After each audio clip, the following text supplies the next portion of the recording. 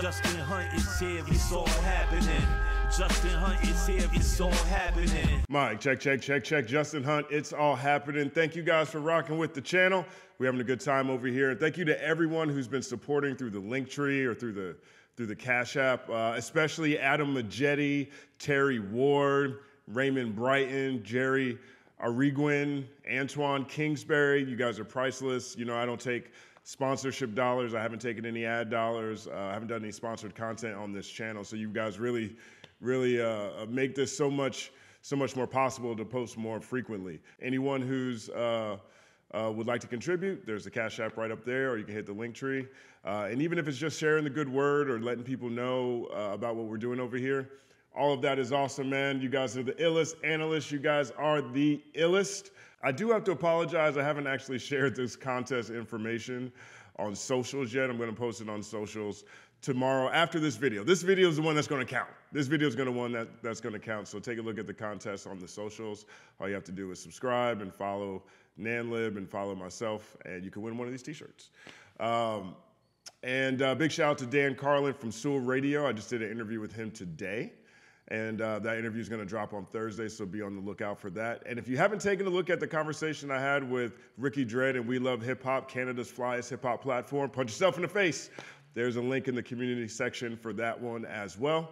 All right, it's all happening. Now, at the onset of the battle between Drake and Kendrick Lamar, an old Lil Wayne clip resurfaced from presumably around the time Drizzy first signed to Young Money Cash Money. In that conversation, Wayne describes some of the advice he gave in the beginning. Here's a clip. I was the one to tell him, don't change anything. Don't think because you're coming over here about me that you got to start rapping about the things I rap about. Don't do none of that. Please rap about your little TV show, whatever you want to rap about. Rap about girls, do that. That's what you're good at. I was like, don't come because, you know, of course, it's only natural for you to come over and just think, you know, if I'm with Wayne, then I'm gonna rock like Wayne, you know. And so I rap about what I rap about, and you know, so that was one of the main things I had to tell him from the jump. Like, hey, don't change anything. Don't start singing about killing nobody. Don't start singing about the streets. Yeah, talk about what you know. Yeah. Yeah, like keep it Canadian, man. Keep it. Rap about your little TV show, keep it Canadian, man. Great advice. I mean, in art and in life, authenticity is king, and Weezy understands that. Sometimes I find myself questioning how much I really know about Drake, given how little he shares or seems to share about his real life in his music, but undoubtedly he's evolved since that conversation. But now in the aftermath of that battle with Kendrick Lamar, certain accusations are resonating louder than ever. For example, when Kendrick said this isn't a 20v1, this is a 1v20 if I gotta slap niggas that right with you, when he said that on Euphoria, it's resonating extra loud now since a seemingly constant flood of new reference tracks keep leaking, convincing a population that Drake's pen belongs to another hand. When Kendrick said, when I see you stand by Sexy Red, I believe you see two bad bitches, it resonates extra loudly now as a culture play, I guess, since Drake's first feature since the head-to-head was with Sexy Red over the BBL Drizzy sample on the craptastic song You My Everything.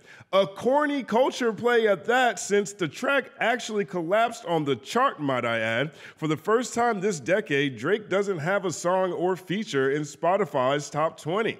Jesus. And today, Drake releases his second track since Kendrick Lamar's Shakespearean Shakedown. It's called Gwan Delilah. It's a remix of Hey Delilah by the Plain White T's, which went #1 in 2006. This version is created by a Toronto artist named Snowd4y's, and Drake is on the track. Here's a clip. Gwan Delilah, no, I'm late cause there's bad traffic. I just showed my dog your Grammy, said he knows a man that slapped it. I'm so cheesed. Now, the internet was not happy at all with this track because Drake is rocking another accent, which immediately reminds people of when Kendrick said, "There's no accent you can sell me." The memes are wild. Here's one with Angela from The Office with a Jamaican sign on her head. Here's a picture of Rachel Dolezal. Here's Homer Simpson. Now on surface level, this looks super lame bodega, almost like Drake is lost. What is he doing?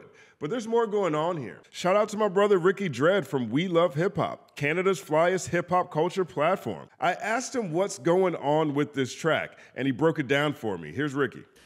On first listen to the verse, or if you hear the verse in an isolated form, it may sound like Drake might be on some culture vulture type things.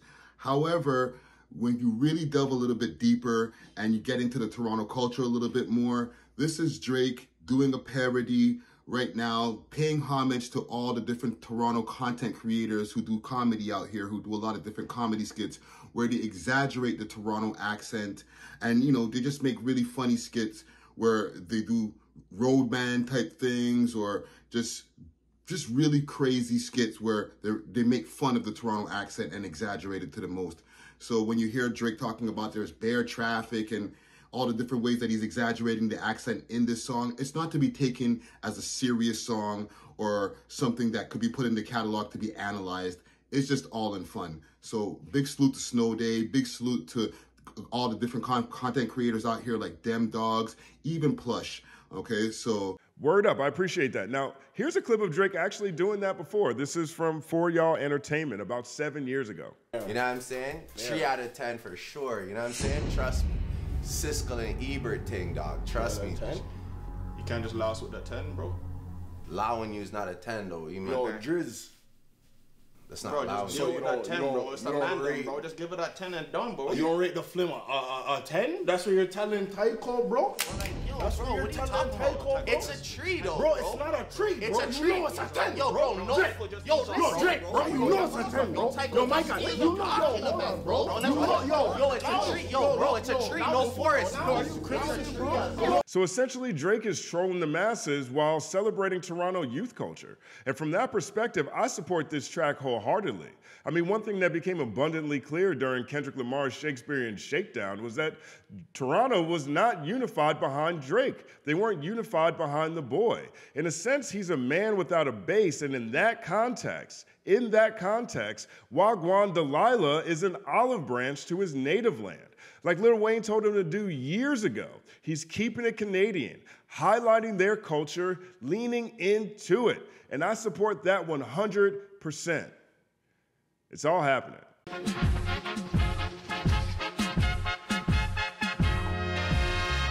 Justin Hunt is here, it's all happening. Justin Hunt is here, it's all happening.